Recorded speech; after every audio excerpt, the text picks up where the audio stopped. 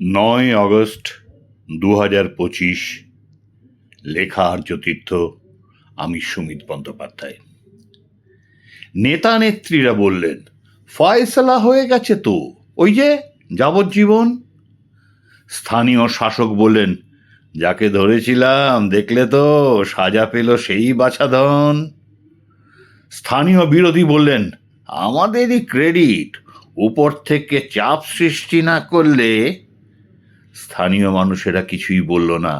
আবার খামোকা বাড়িতে পুলিশ এসে পড়লে না, তার কথা বলল না দেশের সারথি বলে রশি ধরা কেউ। শুধু মাটি আকাশকে ডেকে যেন বলে, কাঁদছিস কেন এত, ওকে কেউ মনে আর রাখেনি আদৌ। বিচারক বললেন, বিরলের মতো বিরলতম, রোজ ঘটে এরকম দুর্ঘটনাটা। কেন্দ্রীয় গোয়েন্দা সংস্থা বললেন, আরো কত কাজ আছে, লাভ নেই পিছে দিয়ে তাড়া। সে সময় সিঁটিয়ে যাওয়া দণ্ডমুণ্ডের কর্তারা বললেন, হাতে মাথা কাটা যাবে আগের মতোই। সে সময় গড়ছি ওটা বেশ কিছু গণ্যমান্য বললেন, বুঝলে হে, না চাপলে ফসকাবে মঞ্চের মই। সে সময়ের বিচারের দায়িত্ব থাকা কোনো মানুষেরই আর তার কথা মনে নেই। শুধু আগস্ট মাসের উপর ছুপুর বৃষ্টিতে কান্না লুকিয়ে গাছেরা বারবার হারাচ্ছে খেই। পাড়ার চায়ের দোকানে সরগরম আড্ডায় চেনা বিজ্ঞটি বললেন, সরকার না চাইলে কিচ্ছু হওয়ার নয়। দেশ উদ্ধারে রাজা উজির মারা ডেলি প্যাসেঞ্জারের মধ্যে থেকে একজন বলে উঠলেন, বিকেলে আবার মিছিল না বেরোয়। ক্লাবের শারদীয়া মিটিংয়ে যাওয়ার আগে সভাপতি সেক্রেটারিকে মেসেজ করলেন, ওর নাম নিলে কিন্তু 1,10,000।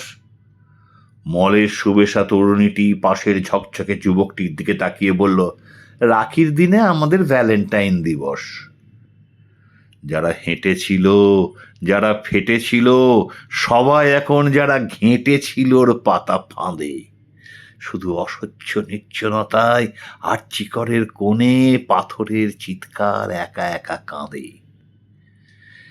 নিষ্প্রিয় শহর যখন নিরাসক্ত প্রদেশে আর নির্লিপ্ত দেশে ধর্ষণে দৈনিন্দতায় তুলছে হাই, রাজনৈতিক দাদা দিদিরা সেই মেয়েটার স্থিতির সমস্ত স্মৃতি আবচা করে দিতে তৎপর সদায়।